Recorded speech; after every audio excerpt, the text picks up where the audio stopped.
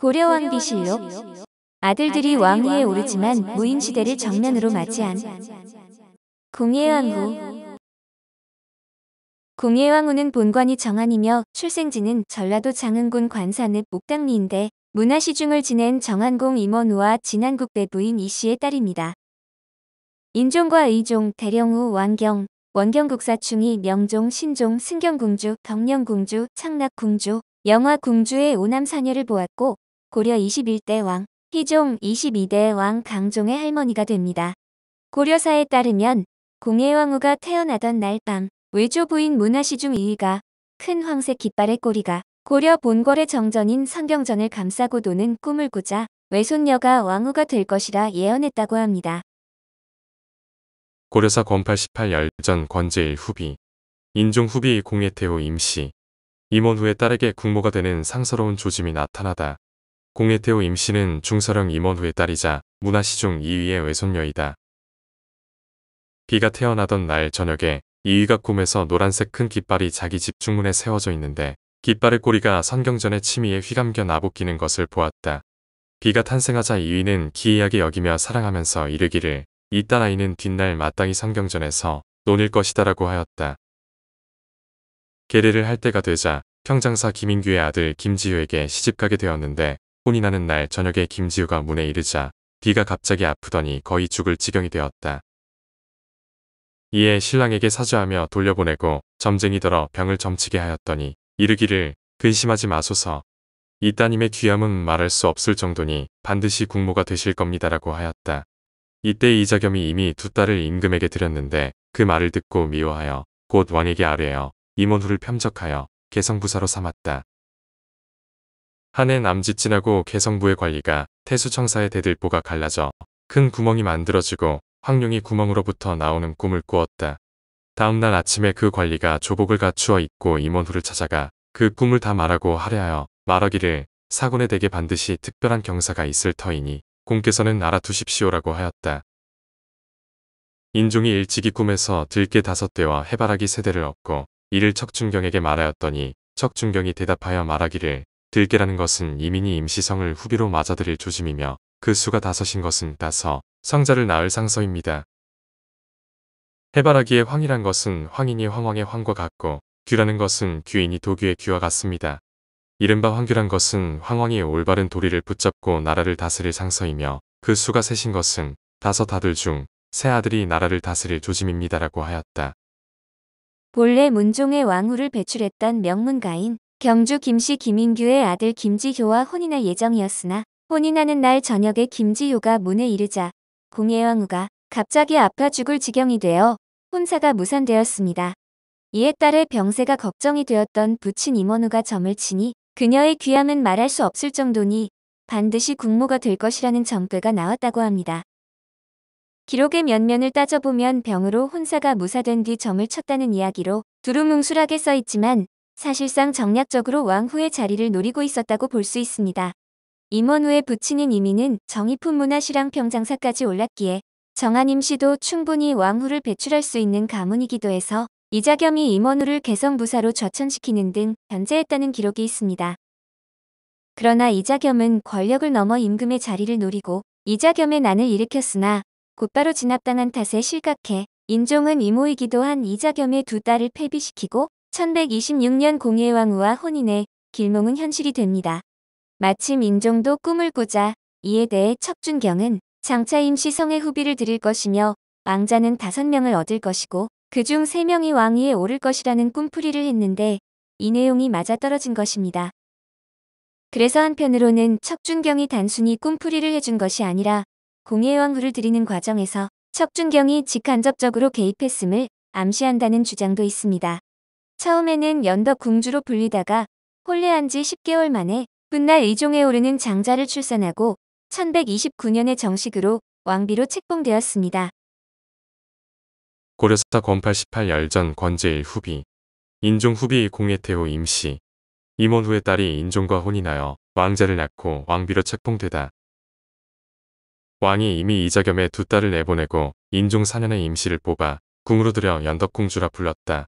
인종 5년의 의종을 낳자 왕이 사자를 보내 조서를 내려 말하기를 그대 임씨는 덕이 있는 가문에서부터 일어나 궁에 들어와서 여인들을 가르쳐 늘 경계하여 서로 이루어주는 도를 받았을 뿐 음험하게 사사로이 찾아뵈려는 마음이 없었다.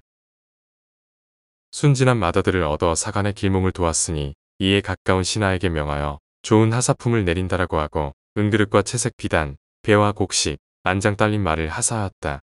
인종 7년에 책봉하여 왕비로 삼고 조서를 내려 말하기를 옛날 현명한 임금이 천하를 가질 수 있던 것은 단지 자기의 덕이 무성함으로만 말미암은 것이 아니라 대개 또한 내조에 현명함이 있었기 때문이다.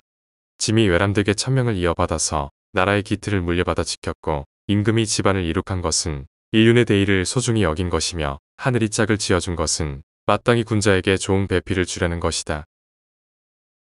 아, 그대 임씨는 일찍이 부녀자의 자질을 가지고 덕망 있는 벌 쪽에서 일어나 움직임은 반드시 예절에 말미암았고 집에 머무를 때는 여공을 잊지 않았다. 처음부터 빈이 되어 이에 아들을 낳았으니 어찌다만 집안에 좋은 일이겠는가. 실로 나라의 아름다움을 더한 것이다. 이에 전장에 의거해 위후를 더하라. 이제 아무 관직에 있는 아무개가 부절을 지니고 책봉하는 명을 받들어 그대를 왕비로 삼는다. 아, 검약하면 그 몸을 지킬 수 있으며 엄숙하고 공손하면 그 직분을 함께할 수 있을 것이니 마땅히 짐의 뜻을 체득하여 길이 아름다움을 누리도록 하라라고 하였다. 인종 8년에는 대령후 왕경을 낳았다. 임금이 또 사자를 보내 조서를 내려 말하기를 그대는 하늘의 자질을 지니고 귀한 왕비력의 자리에 있으면서 즐거이 좋은 짝이 되어 주었고 왕비로서의 일에 힘써 복무하였다. 이에 헐집을 허리에 차는 상서에 부응하여 아들을 낳는 경사를 보게 되었으니 짐이 찬탄하고 가상함이 끝이 없어 은혜와 예우를 마땅히 넉넉하게 하려 한다라고 하고 그로 인하여 예물을 내려주었다. 인종 9년에 명종을 낳자 임금이 또 사자를 보내 조서를 내려 말하기를 그대 임씨는 내직을 맡고 중궁의 자리를 바르게 하며 첫 아들을 낳아 이미 그 그릇을 주관하게 하였으며 아들을 많이 낳았으니 이 또한 그대의 현명함으로 말미암은 것이다. 이렇듯 아들을 낳은 상서는 저 연매의 뒤를 이었다고 이를 만하니 마땅히 이 총수를 받아들여 길이 큰 복을 지키도록 하라라고 하였다. 인종과 오남 사녀를 낳은 것으로 보아 부부 금슬은 꽤 좋았던 것으로 보이며 인종은 왕후를 특히 총애해 왕후의 고향을 부로 승격시켜주기도 했습니다. 공예왕후는 자신의 본관인 장흥이라는 지명에 윤례가 된 인물인데 본래 장흥의 고려 시절 이름은 정한현이었고 공예왕후의 가문도 정한임씨였습니다. 그러나 인종이 직접 길이 번창하라는 의미로 장흥으로 계칭하며 장흥부로 승격시켰는데 이 장흥부라는 지명이 지금까지 이어져 대한민국의 전라남도 장흥군으로 남아있는 것입니다. 인종이 붕어한 후 아들인 의종대에는 왕태후에 올라 왕실의 큰어른이 되었고 거처 역시 후덕전이라는 새로운 이름을 얻었습니다. 고려사 권팔 18 열전 권제1 후비 인종 후비 공예태후 임씨 왕후 임씨를 왕태후로 책봉하다. 공예태후는 의종과 대령후 왕경, 명종, 원경국사 충이, 신종, 승경 덕령 창락영화 네 궁주를 낳았다. 의종이 즉위하자 그를 높여 왕태후로 삼고 거처하는 궁전을 후덕전이라 하였으며 불을 세워 성경부라 하고 관속을 두었다. 그러나 의종과 갈등을 겪으며 마음고생을 하는 일이 많아 왕후 시절에 비하면 굉장히 불우한 삶을 살았습니다. 공예왕후는 의종이 왕자였던 시절에 장자인 의종보다는 차남인 대령후 왕경을 총애해 왕태자로 삼고자 했는데 이로 인해 의종은 등극 후 대령후 왕경을 의심해 유배를 보내게 됩니다. 공예태후가 의종에게 대령후 왕경을 살려줄 것을 청하자 의종은 지난날의 섭섭함을 표출하며 이를 거절해 공예태후는 버선발로 궁전 밖으로 나가 아들에게 억울함을 호소했습니다. 이때 하늘에서 갑자기 천둥과 번개가 치자 의종도 자신의 잘못을 뉘우쳤다는데 그렇게 의종과의 갈등이 잘 마무리되었으나 무신정변이 일어나 의종이 폐위되고 유약한 셋째 아들 명종이 왕위에 오릅니다. 고려사 권팔 18 열전 권제1 후비 인종 후비 공예태후 임씨 왕태후 임씨가 둘째 아들 대령후 왕경을 태자로 삼으려 하다. 처음 태후가 둘째 아들을 사랑하여 그를 태자로 세우고자 하였으므로 그런 까닭에 왕이 원망하였다. 하루는 태후를 모시고 앉아 왕이 태후에게 거슬리는 말을 하였더니 태후가 맨발로 전을 내려가 하늘을 우러러 맹서하자 갑자기 우레와 비가 크게 몰아치며 왕이 앉은 자리로 번갯불이 들이쳤다.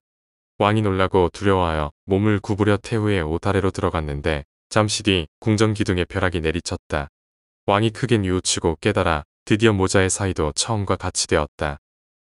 대령후 왕경은 도량이 넓었으며 공예태후가 가장 좋아하는 자식이었으나 결국 인종의 의지대로 의종이 왕위에 올랐습니다. 그렇지만 인종도 의종이 태자 시절에 놀기 좋아하고 공부나 정치에 관심이 없다는 것을 걱정해 태자를 바꾸려고는 했지만 정승명이라는 강직한 신하의 만리로 뜻을 꺾었다고 합니다. 대령호는 여러 역모설에 엮이다 무고당해 결국엔 의종 11년에 귀양을 가는데 의종이 탄 수레에 화살이 떨어진 변고가 생겼을 때 의종이 적당을 색출하지 못했다고 재상들을 책망하는 조서를 내렸습니다. 이로 말미암아 수많은 사람이 연달아 체포되었는데 대령호 집안의 종인 나언, 유성, 황희 등이 의심을 받고 혹독한 문초를 당하게 되자 거짓 자백을 했던 것입니다.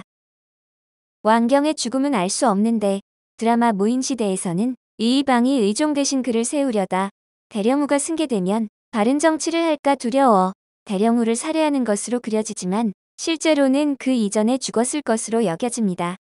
무신정권의 난세가 열린 것으로 무신정변으로 한창 살육이 일어나는 와중에 의종의 태손까지 살해당하는 등 왕실마저 피바람을 피하지 못한 탓에 마음고생이 이만저만이 아니었습니다. 자신의 병을 간병하던 넷째 아들 원경국사 충이가 죽었다는 소식이 뒤늦게 전해지자 무신들에게 살해되었다고 생각해 마음의 병도 얻었습니다. 훗날 신종이 되는 다섯째 아들 평량공 역시 치질로 오랫동안 문안 인사를 오지 못하자 평량공 역시 무신들에게 죽었다고 생각하며 슬퍼했다고 합니다. 고려사 권팔 18 열전 권제일 후비. 인종 후비 공예태후 임시. 왕태후 임시가 아들 충이의 죽음으로 근심하다가 화병으로 죽다. 명종 12년에 충이가 죽자 왕은 태후가 비통해 할까 두려워하여 아뢰지 않았다. 몇 달을 보내고 태후가 그를 듣자 여러 장수들이 해를 입힌 것이라 생각하여 분하고 억울해하여 기가 다치고 막히는 병을 얻었다. 이때 신종은 평양공에 봉해졌는데 그 또한 치질로 오랫동안 찾아뵈러 가지 못하니 태후는 신종도 충이와 더불어 같이 화를 입었는가를 의심하였다. 왕이 명하여 요열을 타고 들어와 아련하게 하니 태후가 기뻐하면서도 울먹이며 말하기를 나는 내가 죽었다 여겼는데 뜻밖의 다시 너의 얼굴을 보는구나라고 하였다. 평양공이 말하기를 모후의 병화는 마음을 지나치게 힘쓴 때문이오니 풍악을 베풀어 즐기시고 기분을 풀도록 요청합니다라고 하였다.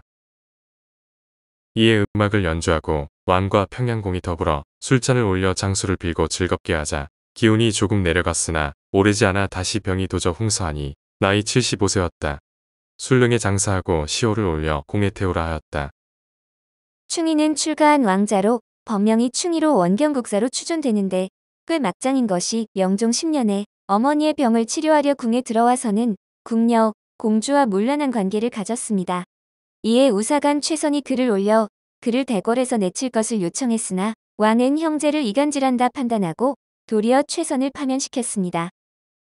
그 후부터 대간에서 간언하지 못하고 여러 신하들이 모두 충이에게 아첨해 뇌물을 주고받는 것이 공공연하게 되었다고 하는데 충이는 명종 13년에 죽었습니다.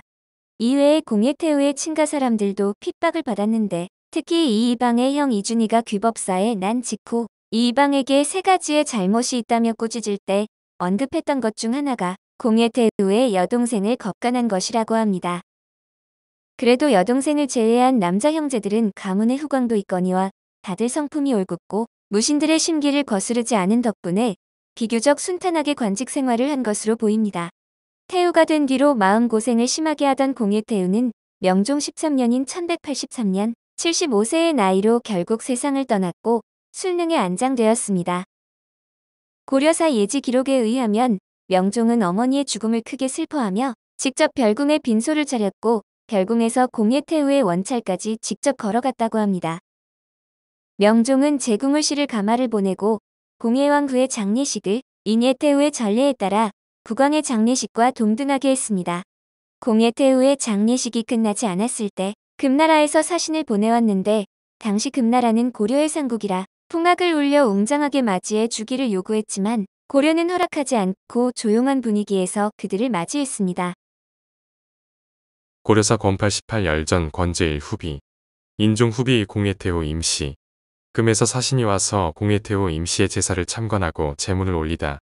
이듬해에 금에서 사신을 보내어 제사를 지냈는데 그 제문에 이르기를 생각하건대 영령께서는 일찍이 좋은 집안 경벌에서 나셔서 와서는 제후국의 빈이 되셨다. 처음에는 부도로서 그 지아비를 대하였고 만년에는 어머니의 자애로움으로 그 자식들을 지키다가 갑자기 자식들의 봉양을 거스르고 돌아가시니 참으로 슬프고 불쌍하다 이를 만하다. 마땅히 부의를 보내는 은혜를 더하여 그로 인해 주유를 갖춘 제사를 베푸나니 정혼이 만일 계신다면 총수를 흠양하소서라고 하였다. 오늘 고려왕비실록은 아들들이 왕위에 오르지만 무인시대를 정면으로 맞이한 봉해왕후였습니다.